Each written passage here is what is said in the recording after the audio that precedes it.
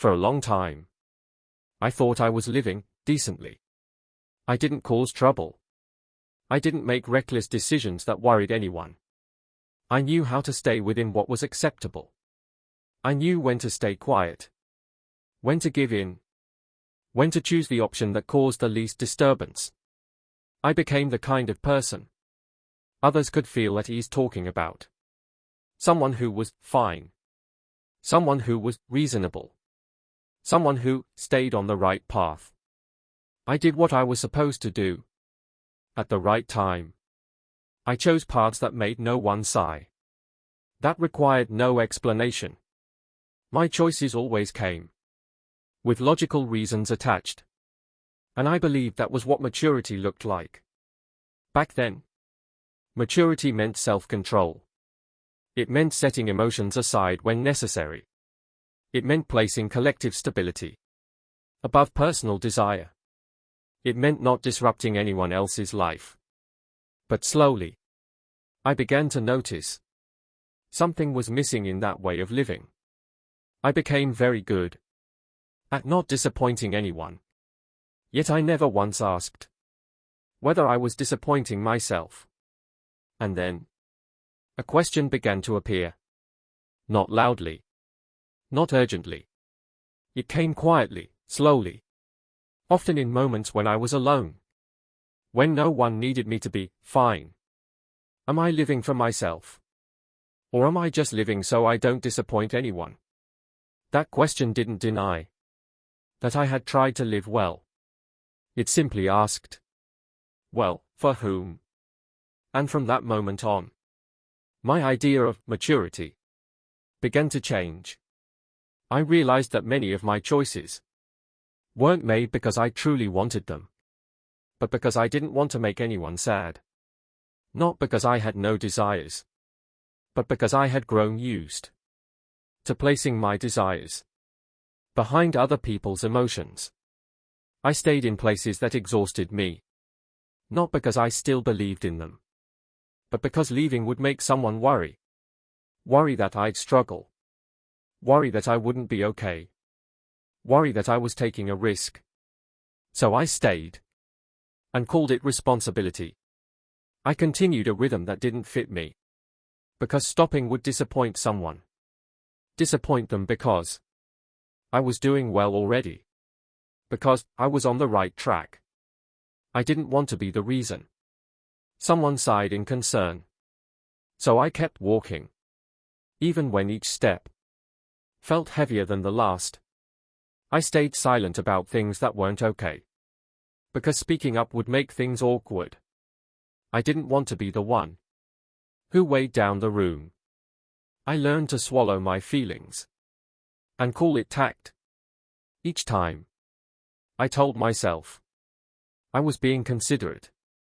And maybe that was true. I truly didn't want to hurt anyone. I truly didn't want to be a burden. I truly wanted things to stay calm. But rarely did I ask, who is thinking about me? Who is checking if I'm tired? Who is noticing whether I'm living true to myself? Who is protecting the part of me that I keep placing last? And when I finally asked those questions, I realized something deeply uncomfortable. In so many decisions that looked like they were made for others, the one most often forgotten was me. Living so you don't disappoint anyone is a way of living that's easy to be praised. You're called mature because you're not impulsive, because you don't do anything too different. You're seen as considerate because you understand situations. You know how to give way.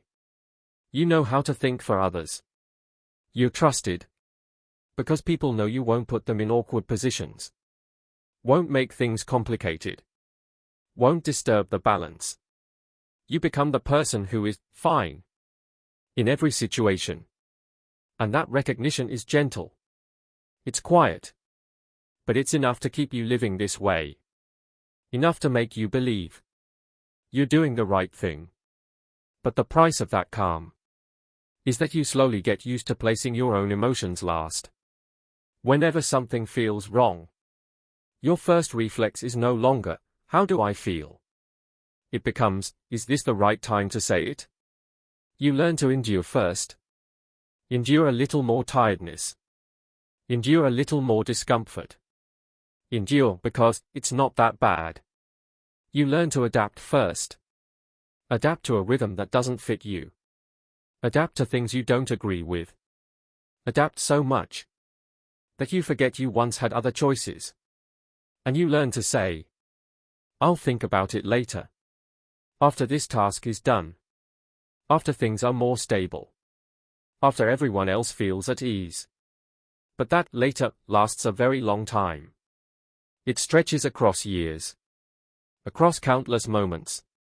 Where you push your feelings aside. Across countless times.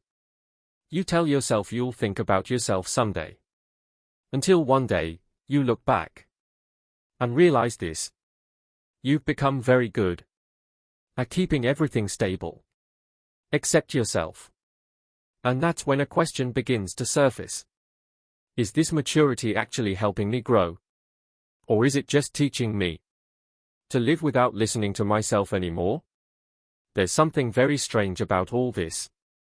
No one ever directly asks you to live this way. No one says, you have to sacrifice your feelings for me. No one orders you to put yourself last. There's no clear command forcing you to do it. And that's exactly why it's so hard to notice. The pressure doesn't come through words. It comes through reactions. A slight drop in someone's eyes. When you talk about a different choice. A silence that lingers a little longer than usual. After you share what you truly think. Questions that sound caring. But carry doubt underneath. Why would you do that? Are you sure?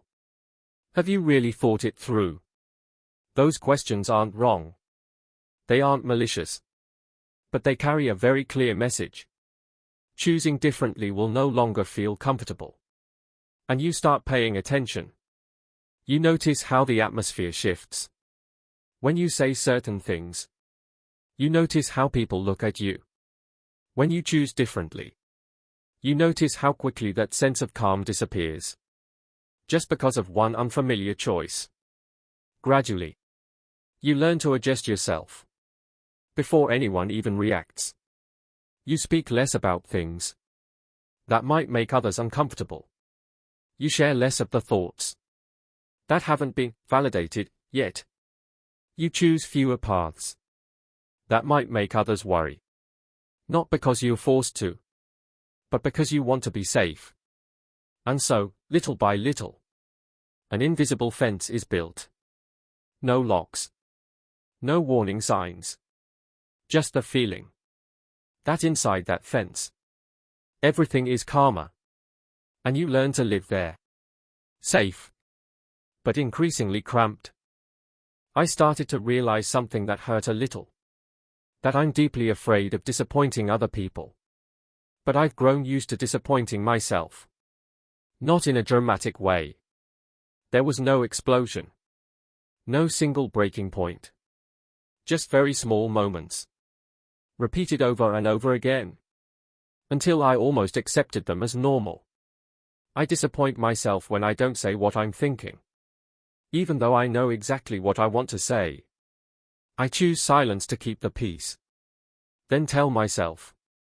I'll say it another time. But that another time rarely comes. I disappoint myself when I stay in things I no longer believe in. A job. A rhythm of life. A direction. That makes me feel further away from myself every day. I know it. And yet I stay. And every time I stay, I have to convince myself one more time. I disappoint myself because every time I choose comfort for others, I abandon myself a little more. I abandon my exhaustion. I abandon what I truly want. I abandon the questions I know are important. And the most painful part is this. No one sees that abandonment. From the outside. I still look fine. I still perform my role well. I'm still seen as reasonable, considerate, reliable. Only I know that after each choice like that, a small distance forms between me and myself.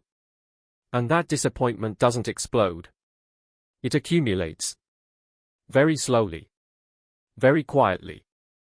It shows up as exhaustion with no clear reason. As emptiness in the evenings. As moments when I ask myself, how did I let things get here? Until I begin to realize this. The greatest disappointment isn't other people being disappointed in me. It's that I've learned to live with being disappointed in myself. Living for yourself does not mean becoming selfish. It doesn't turn you into someone who only thinks about themselves. It doesn't require you to hurt others just to feel alive. It doesn't ask you to deny responsibility or abandon the relationships that matter. And it doesn't force you to choose yourself in every situation. There are times when you still need to yield. Times when you still need to take responsibility.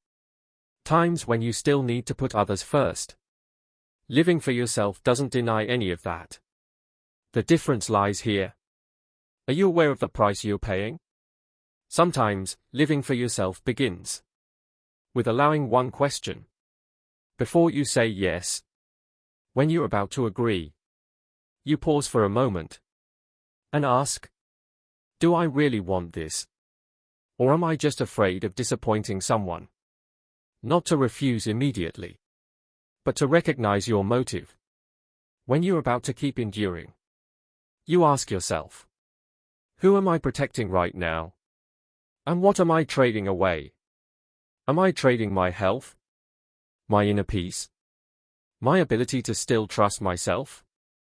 The moment you start asking these questions, you are no longer living entirely on autopilot. You don't have to change your decision right away. But you stop lying to yourself. And that isn't selfishness. That is the minimum honesty a person needs with themselves to avoid disappearing inside someone else's life. Maybe living for yourself doesn't mean living only for yourself. It doesn't mean putting yourself above everyone else. It doesn't mean doing whatever you want, regardless of the people around you.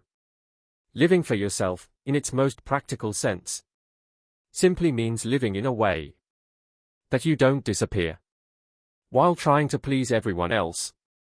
Because it's very easy to slip into a life where you are always present for others, but absent from your own life. You always have time to respond. Always have energy to carry more. Always have a reasonable explanation for why you should keep enduring. But the more you do that, the less space you leave for yourself to breathe. If you keep choosing not to disappoint anyone, and never choose yourself, the cost won't come immediately. It won't arrive as a dramatic event. It comes as very small signs. You get tired more easily, without knowing why. You feel less excited about things that once mattered. You feel like you're living correctly, but not truthfully. Until one day, when everyone around you is still fine, still reassured because you're doing well, the one person who is constantly disappointed is you. Disappointed that you stayed silent for too long. Disappointed that you became used to putting yourself last. Disappointed that every time you chose peace for others, you moved a little further away from yourself. And the most painful part is this. No one can carry that feeling for you. Because no one else can live this life in your place. Maybe, living for yourself isn't about asking for too much. It's simply about reserving a small space for yourself within all those choices that look so kind, so considerate, so reasonable. And maybe the real question isn't, should I disappoint other people? Because if you live long enough, you'll realize that no matter how hard you try, someone will be disappointed at some point. You can't shape your life to fit everyone perfectly without distorting yourself in the process. The more important question might be this: how can I begin to live in a way that, whether others are disappointed or not, I don't betray myself? Not always choosing yourself. Not always being right. But in every choice, knowing clearly what you are trading. When you say, yes, you don't feel yourself disappear. When you say, no, you don't have to hate yourself for it. When you choose to yield, you know it is a choice, not an obligation. Maybe being true to yourself is not a single, dramatic decision.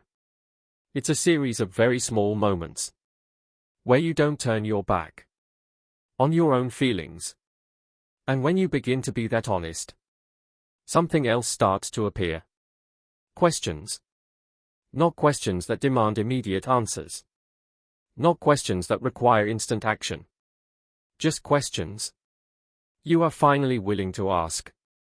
Questions to know where you are. Questions to notice what isn't right. Questions that keep you from continuing to live unconsciously. And maybe, from there, a different way of living quietly begins to take shape.